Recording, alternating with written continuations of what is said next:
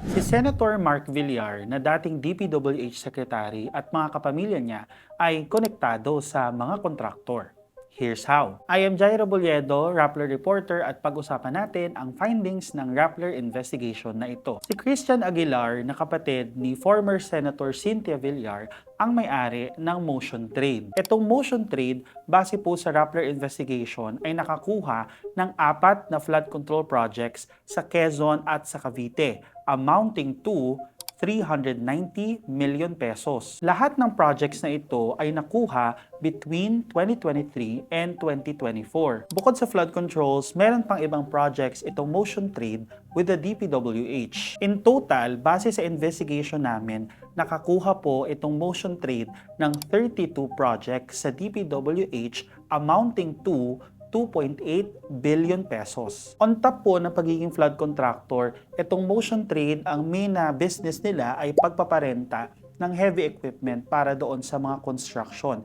Involved din sila sa pagbebenta ng bahay at pagpapatayo ng mga malls. Nagbigay po ng statement ang Assistant Vice President ng Motion Trade na si Carlo Aguilar. Ang paliwanag niya, itong mga flood control projects ng Motion Trade ay nakuha nila through joint venture agreement at nagagamit naman daw ng mga tao. Ngayon po, para mas malinaw, ilatag natin ang family tree ng Aguilar family. Medyo masalimuot lang but stay with me para makita nyo ang intersection ng kanilang pamilya with business and politics. Si Christian at si Cynthia ay magkapatid na bahagi po ng ilang dekada ng political dynasty sa Las Piñas City. Ang tatay po nila ay si Dr. Filemon Aguilar na naging mayor at representative ng Las Piñas City. Kapatid ni Cynthia at ni Christian, si late Vergel Nene Aguilar na naging mayor din po ng Las Piñas City. Tapos, itong si Cynthia ay naging representative naman ng Las Piñas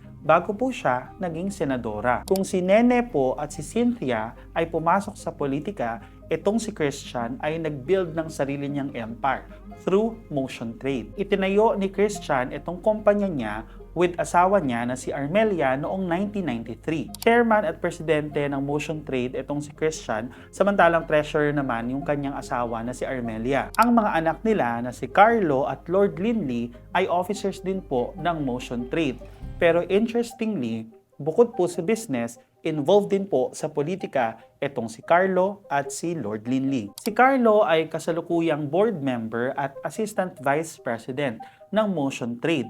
Pero alam niyo po ba na dati rin siyang konsehal at nagserbisyo po sa 2nd District ng Las Piñas for 3 terms. Tumakbo po siya bilang mayor ng Las Piñas nitong 2025 laban sa pinsan niyang si April na anak ni Nene. Eto na, sa dulo, tinalo ni April si Carlo at si April na po ngayon ang nakaupong Las Piñas City Mayor. Alam nyo, katulad nung concern natin noon kay Sara Diskaya nang tumakbo siyang Pasig City Mayor, importante ring itanong kay Carlo kung sakali bang nanalo siya bilang mayor ng Las Piñas ay aalis ba siya sa family business nila? Kasi po, alam niyo po ba na under the local government code, ipinagbabawal po na magkaroon ng ibang trabaho ang mayor at ang governor. At syempre, nandiyan rin po ang konsepto ng conflict of interest. Sinagot naman po ni Carlo ang ating tanong at ang sabi niya ay never daw nilang imimix ang politics at ang business. Punta naman tayo sa kuya ni Carlo na si Lord Linley. Si Lord Linley po ay board member din po at assistant vice president ng Motion Trade.